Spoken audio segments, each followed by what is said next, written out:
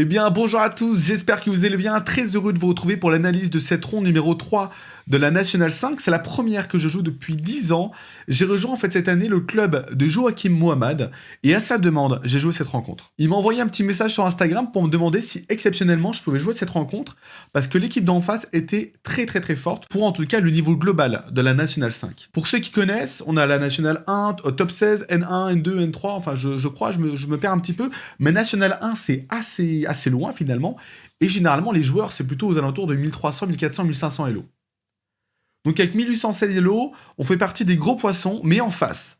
Je jouais contre Kritsekis, et son prénom je me souviens plus exactement, il avait 1977, soit dit en passant un très gros poisson. Cette partie elle a énormément d'enjeux, parce que si je perds, avec le tournoi de Besançon où j'ai perdu 15 points, je passe en dessous de la barre symbolique des 1800 Elo. En décembre, j'ai prévu participer à l'Open de Lyon du 26 au 30 décembre, et en dessous de 1800 Elo, je ne pouvais pas participer à l'Open A. Si je ne remporte pas cette partie ou si je ne fais pas nul, malheureusement, l'Open de Lyon va devoir fermer ses portes pour moi et ça va être vraiment terrible.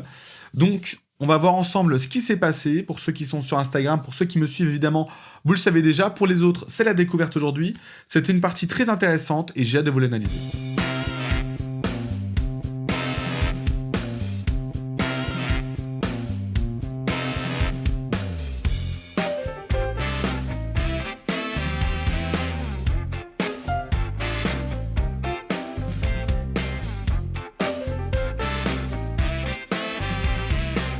Tout de suite, je joue D4, j'ai les blancs, la cadence c'est 1h30 plus 30 secondes par coup et 30 minutes au 40e coup.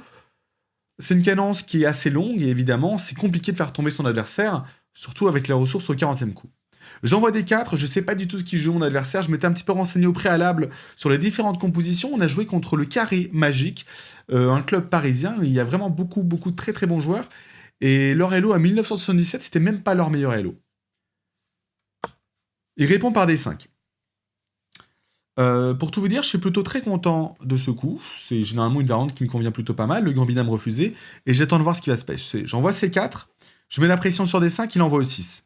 Là, pour le coup, c'est tout ce qui me convient. J'envoie cavalier C3. Je mets la pression sur D5. Et je joue A6. La fameuse variante que Joachim Mohamed apprécie tout particulièrement. Le Queen Magnus Gambit, il me semble. Une variante très intéressante, mais moi qui m'arrange. Pour ceux qui me connaissent, pour ceux qui ont déjà vu mes vidéos, j'envoie C prend D5. E prend D5, et le coup un petit peu phare de cette variante, G3. Je joue tout à tempo pour vraiment lui montrer que je suis en confiance dans cette partie. Il réfléchit un petit peu, il essaie de comprendre un peu l'idée, et finalement il joue cavalier F6. Pas grand chose à dire de cette position, si ce n'est que je continue mon développement avec fou G2, je mets la pression sur D5, il envoie fou E7, généralement fou E7 c'est un petit peu passif, on préfère mettre ce fou en D6, pour commencer à mettre une pression sur G3 et jouer pourquoi pas pour H5, H4. Fou E7, c'est un coup un peu pleutre.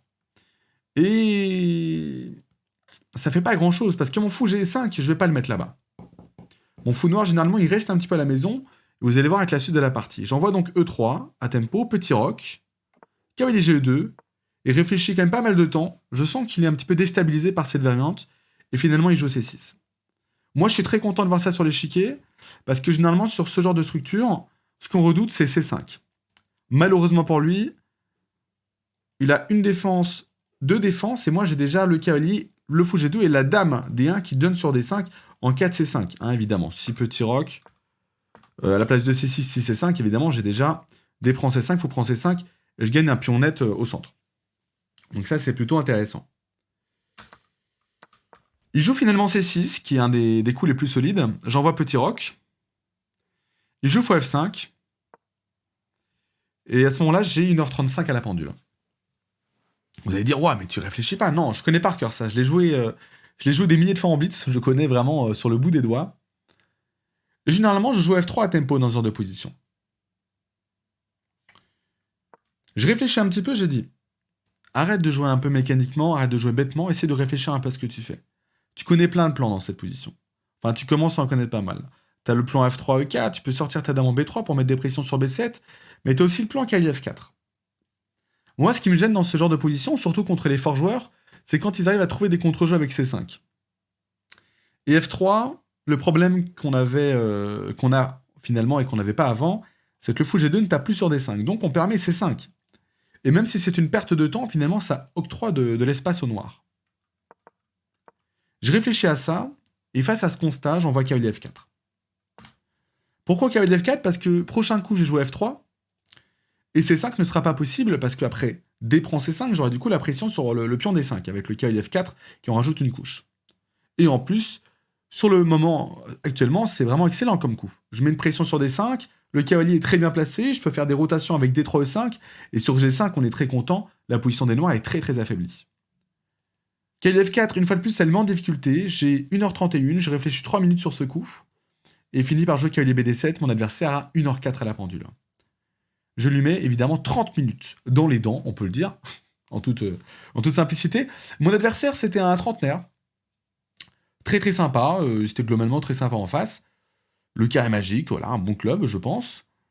Et donc, mais voilà, je le sentais un petit peu embêté. Il n'était pas très à l'aise avec cette position. J'envoie le fameux coup de cette position, le coup clé, F3. Et là, il commence à se prendre un peu la tête, il se pose des questions. J'anticipe les différents coups, on a différentes écoles, hein, évidemment. On évite tout ce qui est tour 8 pour pas se prendre le E4 en plein dans le pif. Après E4, souvent, c'est pas trop dangereux. On a l'impression comme ça que c'est très bon pour les blancs, mais en fait, E4, on a souvent D prend E4, F prend E4 et la case G4 qui se libère pour les noirs. Donc il faut faire un petit peu attention à ça avec les blancs. Mon adversaire décide de jouer Dame B6.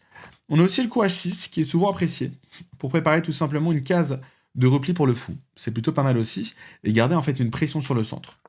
Mon adversaire choisit Dame B6 et à tempo, je joue Roi H1. C'est des positions que je connais parfaitement, on est au deuxième coup et j'ai dépensé absolument 0 minute de mon temps.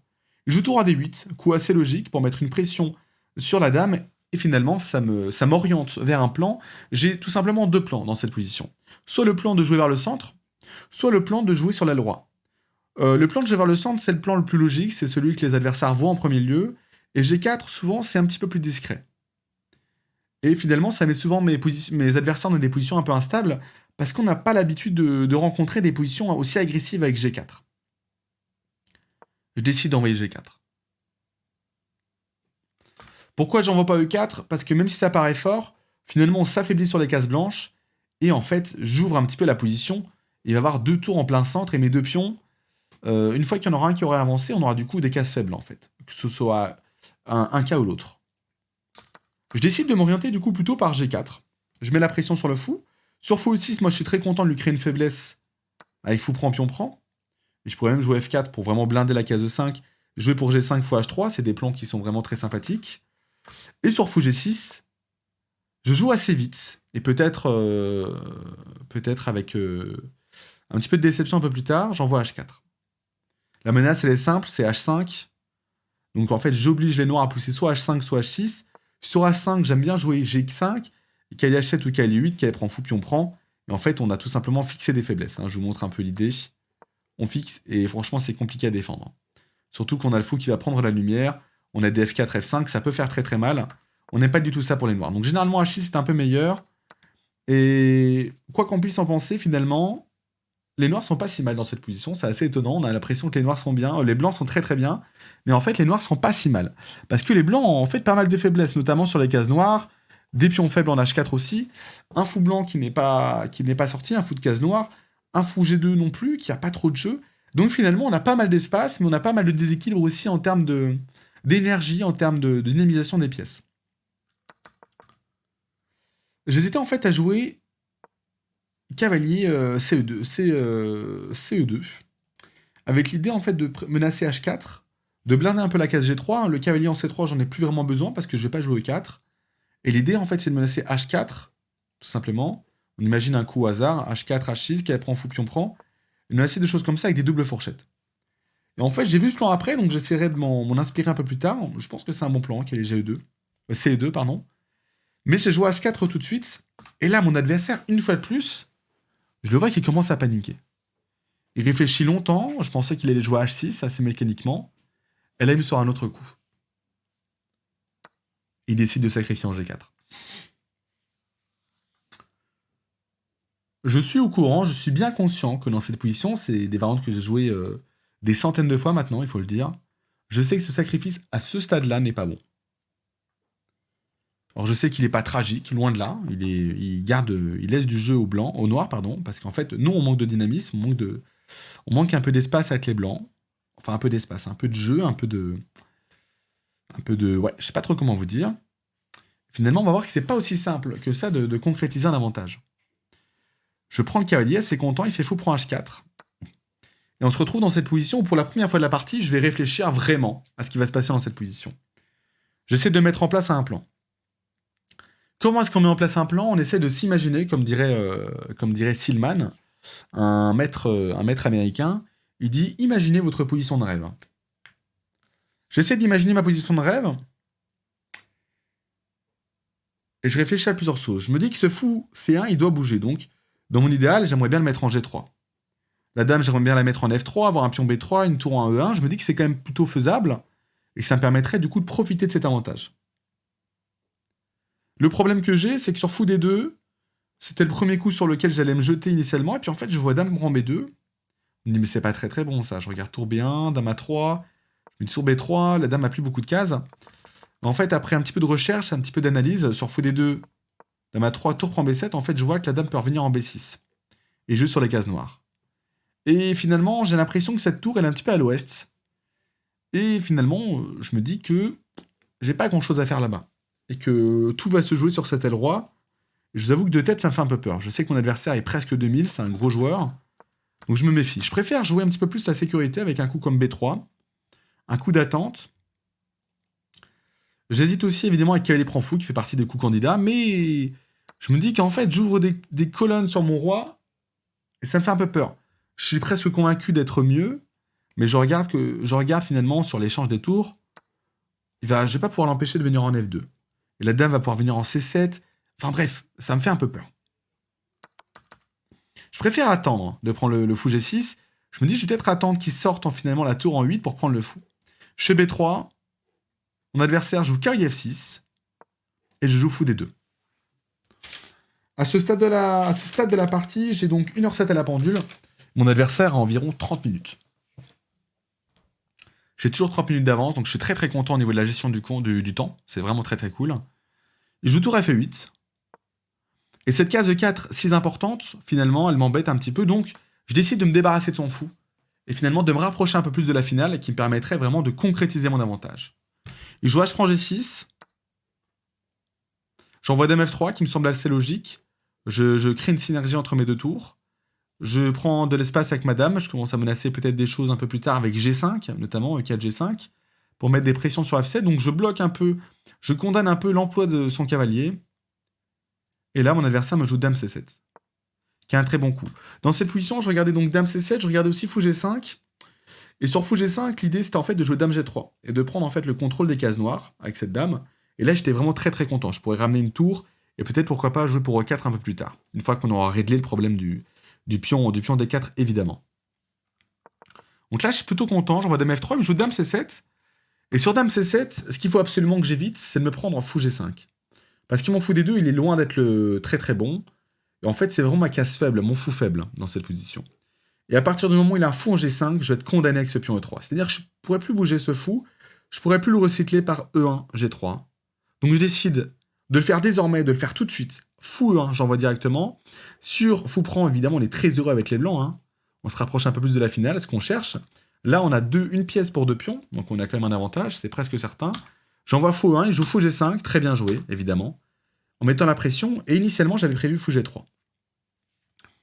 Je regarde un petit peu, je vous laisse mettre un peu sur pause si vous voulez. Sur fou G3, je vois des variantes qui me plaisent pas trop. L'idée de fou G3, c'est de placer en fait un fou en E5. De ramener une tour et en fait de pousser vers le centre. Mais je regarde dame A5 intermédiaire. Dame A5 intermédiaire, c'est embêtant, parce qu'il attaque mon cavalier, mais il attaque aussi simultanément mon pion E3. Grâce au fou G5.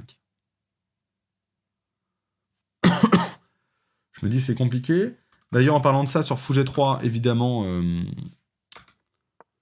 tour prend E3 ne fonctionne pas. On a fou prend dame simplement, et sur tour prend dame, je peux même faire fou prend tour, c'est une tournette. Donc ça, j'avais bien analysé. Et donc fou G3, dame A5.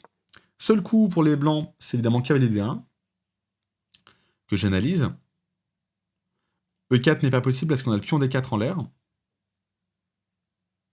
Quoique, ça aurait peut-être été intéressant. En fait, je regarde ça tout de suite. Je me suis pas spoilé, j'ai pas analysé la partie encore. E4, Imaginons pion prend, parce que je peux pas reprendre trop le pion. Cavalier prend pion. Mais la tour prend cavalier. Ok, donc ça ne marche pas. Donc dame H5, pardon, je suis obligé de faire cavalier D1 pour défendre 3.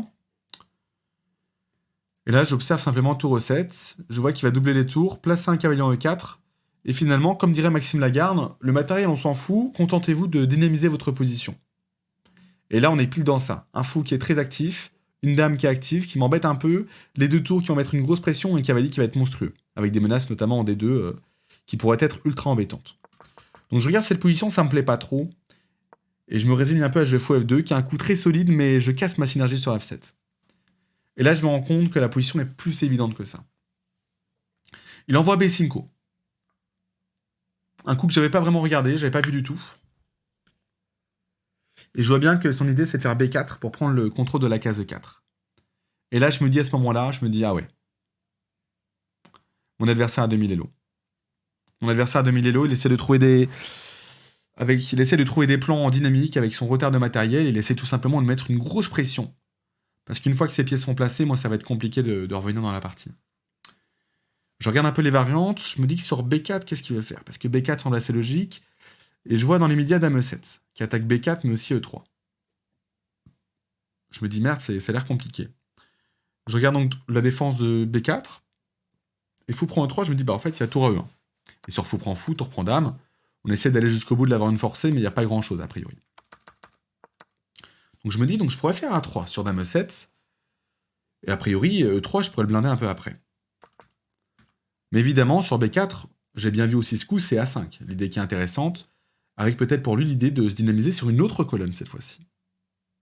J'envoie A3, j'avais prévu ça, il fait A prend B5, A prend B4, A prend B4, Dame E7 cette fois-ci, il place sa dame sur une meilleure case, il met une pression sur E3 et B4 en même temps, je joue tour à B1 pour blinder B4. Je me doutais bien qu'il allait jouer tour à 8, ce qu'il a joué, pour prendre la colonne, et je décide de jouer tour B3, presque à tempo, pour tout simplement protéger les 4 rangées. Les 3 rangées, pardon. Les 4, avec le pion B4. Parce que ça, c'est un vrai problème. En fait, à partir du moment où je bouge mon cavalier, peut-être pour le reciter en F4, en fait, je peux me prendre des tours à 4 avec des récupérations matérielles qui seraient un peu embêtantes.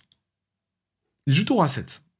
Et là, dans cette position, on est au 26e coup. Au 25e coup, j'ai 43 minutes. Mon adversaire, 17 minutes. On garde cet avantage de temps, mais cet avantage de temps, finalement, il va commencer à se réduire. Et dans cette position, je vous avoue que je suis perplexe. J'ai l'impression d'avoir loupé quelque chose. En même temps, je vois pas quoi. J'ai l'impression de quand même pas mal jouer. Je me pose un petit peu. J'essaie de voir un petit peu mes pièces fortes. Mais en fait, je trouve pas vraiment. J'ai cette pression sur le 3 qui m'embête réellement. Si je retire mon cavalier, le cavalier rentre en E4. Je vois qu'il va rentrer ses tours, menacer des tours à 3, peut-être des tours à 1. Et je me dis finalement, lui, sa position, elle est hyper logique. Cette case de 4, en fait, moi, j'ai peur de me prendre tour à 3, échanger, avoir le cavalier attaqué. Je peux pas me permettre de donner cette case, c'est impossible. Je décide de jouer Dame G3. Un peu à dépit, parce que je me dis que je vais essayer de prendre les cases noires et libérer mon fou blanc. Je joue tour à E8. Je réfléchis à Roi H2 pour me retirer de cette colonne. Et je me dis finalement, je sais pas trop quoi jouer, j'ai un peu plus de temps, je vais mettre la pression au temps. Je me résigne un peu finalement à jouer un coup assez simple. Vous allez voir qu'à partir du 30e coup, soit 3 coups plus tard, on est presque même temps. J'aurai plus que 16 minutes, lui 8 minutes à la pendule, j'envoie tour E1. E4, le problème c'est que E4 c'est mon objectif. Et je réfléchis en fait, je réfléchis à jouer des E4 et à rentrer dans des variantes comme ça où je rends un peu de matériel. Mais je calcule, sur fou prend E3, dame prend, cavalier prend G4, dame G3, et j'ai l'impression que c'est vraiment dangereux pour moi. Je vois des F5, et j'ai vraiment le sentiment que ça va être très compliqué pour moi de la gagner. J'ai des pièces en l'air, des tours qui vont pouvoir rentrer et me faire très très mal, avec des tours à 1. E4 me semble pas fonctionner. J'envoie tour E1, je me dis je peux... En fait, je me dis que s'il fait tour E1, je suis plutôt content. J'échange, je mets un roi en H2, et la position tient. La position tient, mais est-ce qu'elle tient vraiment? C'est ça la question. Sur tour 1, la menace E4, elle tourne un peu au-dessus de sa tête, mais malheureusement, il y a des fous des deux aussi qui sont un peu chiants, quoique pas trop menaçants pour l'instant. Mais E4, c'est ma menace. Il joue tour E1, assez vite. Tour 7 A1, pardon. J'envoie tour prend tour. Tour prend tour, roi H2. Et là, ce qui me gênait dans cette position, c'était tour C1. Effectivement, tour C1, ça me gênait pas mal. Il met une pression sur le cavalier. Il me laisse des tactiques à base de tour prend cavalier, roi prend, tour prend et cavalier E4.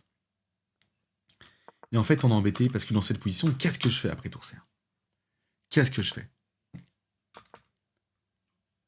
Mais sur tour C1, donc il est toujours en train de réfléchir, je fais roi H2, et je me rends compte que ce tour C1, là, je commence à avoir quelque chose qui me vient à l'esprit. Je me dis, mais la colonne A, il me la laisse.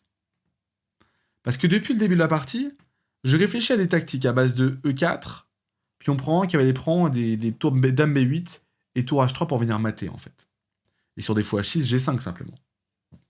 Je réfléchis à ce genre de stratégie qui me plaisent pas mal. Et je me dis que tour C1, c'était ça le problème. Mais sur tour C1, instinctivement, j'ai un peu une brise d'espoir qui renaît, j'envoie tour A3. Et je me dis, ça a l'air très fort. Je calcule évidemment la variante avec tour prend cavalier qui est le 4, mais je vois que j'ai dame B8 intermédiaire. Je suis très satisfait de cette position, mais elle n'est pas claire quand même, elle n'est pas claire. J'ai un fou qui est quand même un petit peu fragile, mais je me dis qu'après roi H7, tour C1, c'est une position quand même qui réserve bien des complexités. On peut imaginer dame prend, tac tac, fou prend E3. Bon bah là c'est pas bon du tout, hein, a priori. Mais bon. Je sais pas trop quoi pas penser. En fait, deux têtes avec un manque de temps, ça me semblait très fort. Alors attendez, pourquoi j'ai un problème? Ah, attendez, je sais ce qui s'est passé. J'ai oublié un coup. J'ai oublié un coup, mesdames, messieurs. C'est pour ça que ça me semblait bizarre. Mon adversaire a très bien joué. Il fait A5, A3, prend B4, A prend B4, dame E7. Tac, tac, tac, tac, tac. Et à partir de là, surtout un tour prend, roi H2. Il fait pas tour C1. Il joue un coup intermédiaire qui me met mal, il fait dame E6. Pour attaquer mon pion B4. Et oui, parce que tour C1 maintenant ne fonctionnait pas très très bien. Et là, je me dis, putain, là c'est chaud. Là c'est très très chaud. La pression sur le pion G4, je suis obligé de faire fou F3 parce que sinon, je perds le pion E3. Et je peux pas me permettre de perdre du matériel comme ça. Parce que mon cavalier, ma tour est en l'air, donc j'ai même pas de découverte, vous voyez ce que je veux dire? Donc peut-être que ça fonctionne, mais j'ai l'impression que c'est quand même chaud. Et je crois pas que ça fonctionne. Dans tous les cas, il aura cavalier 8 ou roi H7, il n'y a pas de problème. Quoique roi H7, ça marche pas, mais roi F8, ça marche. F8, cavalier 8. Prend pion. Ah, ça marchait peut-être pas, mais si, attention. Le roi qui est à poil. Ok. Donc compliqué ces positions. Je décide de jouer fou H3. J'ai le fou qui est complètement bloqué. Et cette fois-ci, je dis bien cette fois-ci, il envoie tour C1. Là, je suis dans une position très très complexe. En plus, j'ai plus accès à la case H3. Et je me dis que prochain coup, il va faire tour C2. Mais là, je me jette sur tour A3. Évidemment, tour A3. Je prends le contrôle de la colonne A. Et maintenant, mon plan, c'est de faire tour A8, dame B8. Et de faire des menaces de maths. Sur ce coup-là, on va le mettre en promouvoir, évidemment. Il fait tour prend cavalier. Il décide de se jeter. Alors, c'est marqué gain blanc, mais pas du tout. C'est pas fini.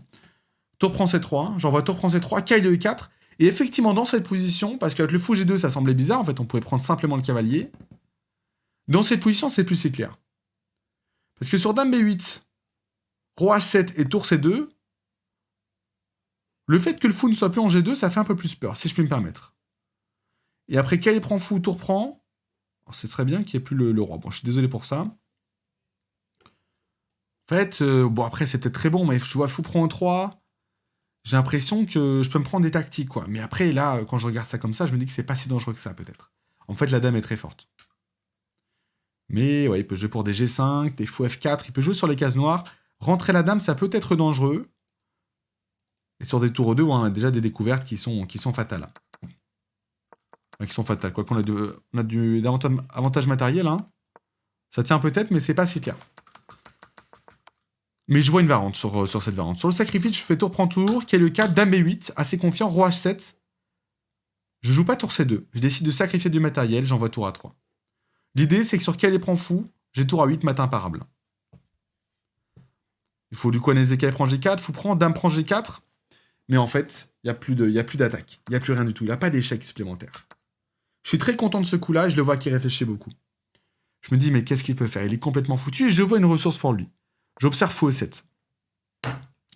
Je me dis, zut! Fou E7, ça a l'air fort. Fou E7, ça a l'air fort. Une menace fou D6, qui est une grosse menace. Je suis obligé de faire roi G2, c'est ce que j'avais prévu. J'essaie d'analyser un petit peu ce qui se passe. Je vois qu'elle est prend fou, puis on prend dame E4 peut-être. Ou peut-être fou H4 tout de suite. Échec. C'est pas facile, c'est pas clair. Avec la dame qui peut peut-être rentrer, mais bon, ça se défend, mais c'est pas si simple. C'est pas si simple. Et tout ça de tête au bout de 3 heures de partie, hein, évidemment. Donc ça commence un peu à fatiguer. Il joue roi H7, je joue tour A3. Hein. Il me joue pas fou E7, il me joue dame F6. Mais dame F6, ça m'a pas l'air très fort. Ça m'a pas l'air bon. Je réfléchis un petit peu. Et toujours dans cette même idée, je me dis, bah j'ai fou G3. Et sur quel prend fou, je peux me faire roi prend fou. Donc sur calier fou G3, en fait, j'ai pas de problème.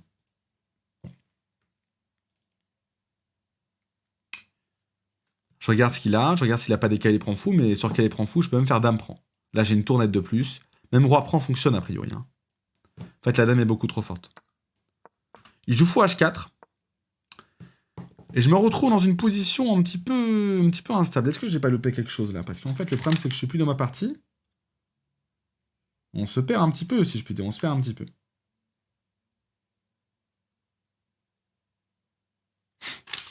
C'est ça. Donc fou H4, et la menace est claire, c'est fou prend G3. Avec des dames F2, ça peut faire très mal, avec la dame qui est en l'air. Donc soit je prends le fou, c'est mes deux coups candidats, soit chez fou prend fou, soit chez fou F4. Je regarde d'abord fou prend fou. Je regarde dame prend fou. Je regarde tour A8, dame F2, fou G2.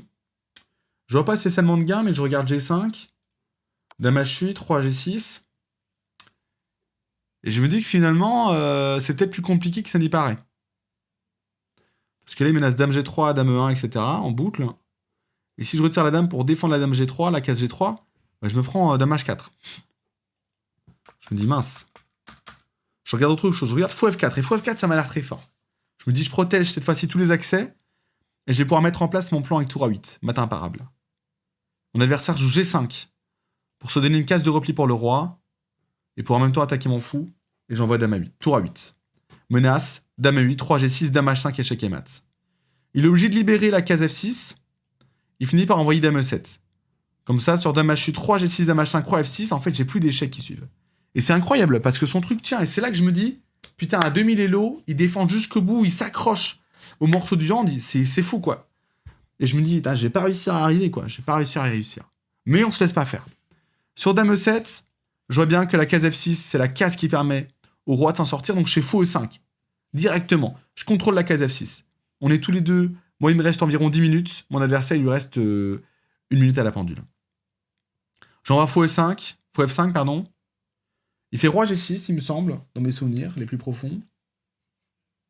Fou F5. Fou E5, pardon, roi G6. J'envoie dame H8, évidemment, pour menacer le pion H5, dame H5 et calier et dame prend G7 aussi. 2 coups très très forts. Seule défense pour les noirs, c'était calier F6 dans cette position. Et là, j'avais vu la petite pointe. Et j'en étais pas peu fier parce que finalement, on est un peu bloqué ici. Donc, un des joueurs qui a regardé la partie avait vu tour G8. Qui semble très fort aussi. J'ai l'impression que tout commence à fonctionner dans cette position. Donc, c'est plutôt cool. Plutôt cool, mais tour G8 très joli. Mais j'avais vu un autre coup. Pour enfin faire briller mon coup. Ma variante, c'était fou F1. Et fou F1, j'en étais particulièrement content. Le seul problème que je remarque maintenant, c'est qu'il y a peut-être cavalier prend pion. Que j'avais pas vu. Donc j'aurais joué quoi? J'aurais joué roi G1 peut-être, mais je suis un peu... C'est compliqué ça. Je vais faire roi H1, où je menace fou D3, prochain coup. Je peux jouer pour des F5. Bon après ça aurait craqué, hein, c'est certain, absolument certain, mais... En tout cas ça gagne pas tout de suite. Mon adversaire, sous la pression du temps, décide de jouer KG3. Et initialement, en fait, quand je joue dame H8, je vois pas dame prend G7, vu que j'avais calculé calier F6 depuis le début. Donc je réfléchis un peu et je me dis putain mais c'est fou quoi. C'est fou parce que je n'y arrive pas, je mate pas quoi. Je me dis sur fou prend, tac tac. On va prendre dame prend, je vais me prendre une perpète, c'est dingue. Même si je suis pas sûr que ça fasse perpète. Et sur quai G3, la délivrance. Et vous le voyez tous, évidemment, on l'a dit juste avant. Dame prend G7. Il y avait 3-2 pour notre équipe au moment où cette partie était jouée. Nos adversaires étaient les favoris de cette rencontre. Et avec cette victoire à l'échiquier numéro 1 de la National 5 du Kamogawa Chess Club, nous remportons 4-2 cette rencontre. Je suis trop heureux d'avoir gagné cette partie, ça me met vraiment en confiance. Ça faisait très longtemps que j'avais pas gagné un aussi bon joueur, en tout cas classé à ce niveau-là. Son sacrifice était certes un petit peu bizarre, mais franchement, ça faisait très longtemps que j'avais pas sorti une si bonne partie, je pense. Donc franchement, quel plaisir de gagner cette partie sur un plan tactique en plus qui est plutôt astucieux. J'ai fait attention au plan, j'ai essayé de correctement analyser, c'était pas facile. On gagne cette rencontre 4-2. Le club en plus gagne, donc ça fait super plaisir. On joue dans des très jolies conditions, donc c'est plutôt sympathique. Donc très très content. Victoire Kisoka, je ne passe pas en dessous des 1800 Elo, je remonte au-dessus des 1810, je dois être à 1812, 13, 14. Et du coup, en décembre, je pourrai vous faire donc l'Open de Lyon et vous l'analyser après. Ça sera minimum 1800, donc ce sera que des parties intéressantes, donc j'en suis trop content. Et j'ai hâte de vous les analyser. On passe tout de suite au bilan pour voir un petit peu ce que ça a donné. Et je vous dis du coup, à tout de suite. Et nous revoici donc pour le bilan, on va essayer d'aller assez vite, la vidéo est déjà assez longue, on va pas faire plus de 35 minutes. Donc j'ai joué à 83%, mon adversaire à 75%. C'est pas notre meilleur game, mais a priori c'est comme ça. Donc D4, alors l'ouverture, qu'est-ce qu'on en a pensé? Je pense déjà que Fou 7, ok, Fou 7 est correct. C'est 6, pas grand chose à dire, et Fou F5 est un petit peu imprécis. Je sais pas pourquoi il aime pas trop, et vous voyez qu'on est plus trop dans la théorie, c'est ça qui est marrant. Alors F3 était un bon coup. Moi j'ai opté pour Kali F4, qui est un peu incertain, et puis là vous voyez qu'on est déjà à égalité. H6 était préconisé dans cette position, j'envoie F3, il joue Dame B6 qui est un coup correct. Et même si on peut se dire que les blancs ont l'air mieux dans cette position, les noirs sont bien en fait. Il y a juste 0,27 en faveur des blancs. Je joue Roi H1, un coup assez simple, je joue Roi D8. Et là il me conseille l'ordinateur E4. Mais je me suis dit, moi sur le principe, j'aime pas trop E4. J'aime pas trop E4 parce que comme je vous l'ai expliqué, j'offre du contre-jeu à mon adversaire, et c'est pas le but. Surtout que j'étais en train de lui mettre une pression longtemps. J'envoie donc G4, qui est un coup qui reste correct. Il joue Fou G6, H4 meilleur coup. Qu'est-ce qu'il pensait de Kali G2 Kali CE2. Je crois qu'il aime bien. Et il dit que le meilleur coup, c'est Kali 8. Un coup qui est pas simple à voir. Je pense pas que mon adversaire l'aurait joué. Donc vous voyez, s'il joue pas ça, par contre, il est pas très bien. Parce que là, je menace H4. Il y a des grosses menaces, c'est un peu compliqué. Mais attendez, je comprends pas très bien. Parce que sur Kali CE2, Kali 8, H4... Ah oui, d'accord, c'est pour contrôler la case H4. Ok, je l'ai pas compris. Ok, c'est astucieux, très astucieux. Donc j'envoie G4, il fait Fou G6, H4 directement, et là il me fait il prend G4, qui est une imprécision évidemment, mais vous voyez que l'avantage n'est pas si drastique. On n'est pas à 1 ou 2 points en plus, on est à 0,72. Donc il reste le travail à faire. J'envoie donc pion prend, et là il aime pas trop, il disait H5 intermédiaire. J'ai pensé à H5 intermédiaire. J'ai pensé, mais je me suis dit que c'était pas forcément le meilleur coup. Bon. Je vois pion prend cavalier, fou prend H4, B3, qui est un peu pleutre, mais ça reste un coup correct. Fou D2, correct. Cavalier prend fou, il aime bien. Dame F3. Et là, il aime bien Dame H3. Ok, pourquoi pas, pour en fait pousser G5. Et là, fou 1, il aime pas. Fou 1, il aime pas, c'est mauvais plan. Mais je me suis dit qu'en fait, en G3, il serait bien, en fait. Moi, dans mon idéal, c'était d'amener un G3 et E5, en fait. Excusez-moi pour la cam, il y a un petit problème. Mais en fait, c'est plus compliqué que ça, parce qu'il fait Fou G5, et là, on est déjà à égalité. Vous voyez qu'avec une pièce de moins, il arrive à peu près à égaliser, ça montre qu'il a beaucoup plus de dynamisme que moi. Il joue B5, qui est un coup intéressant, je joue Fou G... Alors, Fou F2. Fou G3, qu'est-ce qu'on pense? Alors, ma variante, qu'est-ce qu'il en pense de Dame A5? Quel D1, c'était ce que j'avais analysé, Tour E7. Et en fait, il dit que c'est à peu près égal. Donc 0,57 en faveur des blancs, c'est quand même mieux. Donc c'était pas la meilleure variante. Mais en tout cas, moi j'avoue que j'aimais pas trop. Donc je joue Fou F2 qui est un bon coup. B5. Et B4 par contre est une imprécision. Les disait tour AC1. Alors j'y ai pensé aussi, mais je sais pas, je me suis dit qu'il pouvait simplement retirer la dame. Il avait plus trop de soucis, mais bon. Donc B4. H3, A3, B prend 1, A prend B4. Dame E7, très bon coup. On est sur une position totalement égale, c'est très chaud. Tour B1. Effectivement, j'aurais peut-être pu essayer de rentrer. Voilà, j'aurais peut-être pu essayer de rentrer dans la position adverse. Et en plus, sachant que tour A3, ça me permet de doubler les tours, évidemment, mais sur fou prend pion, évidemment, on n'a pas de problème. Parce qu'on a toujours... Allez, tour, il dit que ça marche pas, ça. Allez, dame B7 intermédiaire pour attaquer la tour. Attention, putain, c'est chaud, hein. Fou prend E3, dame prend E3, dame prend, tour prend. Tour prend C6. Ok, on égalise en termes de matériel, c'est pas trop mal. Donc tour B1, ça reste correct, mais c'est égal. Tour A7. Dame G3, pas très bon. On n'est jamais en dessous, par contre. Hein. Tour E1, on essaie de maintenir un peu. Roi H1. Dame E6, excellent coup. Il est fort, il joue très bien. Hein. Et là, on est 0, 0, 0, 0. C'est très, très chaud. Il joue tour C1 qui est le meilleur coup.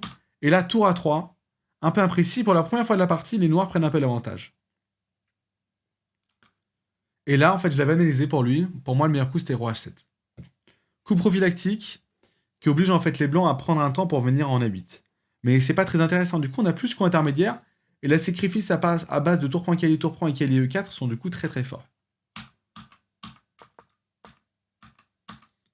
Il fait tour prend C3, mais malheureusement, tour prend C3, ça semble être une imprécision.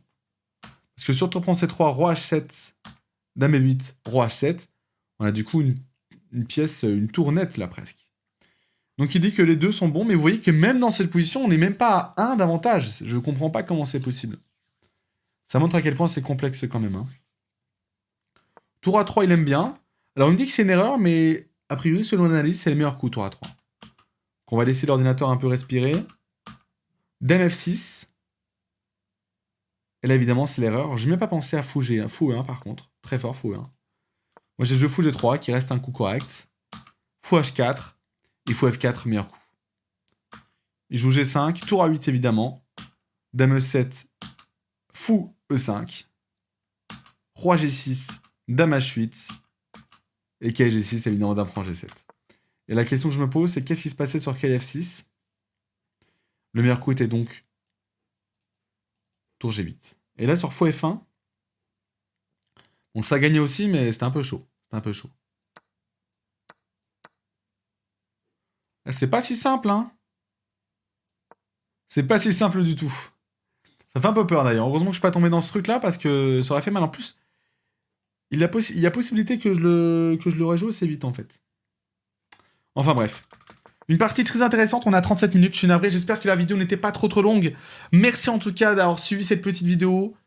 C'était un plaisir de vous la tourner, c'était un plaisir de la gagner aussi. Ça me met un peu en confiance pour ce Road to 2000 feed, tout simplement l'épisode numéro 7 de cette série qui va nous amener très très loin, je l'espère.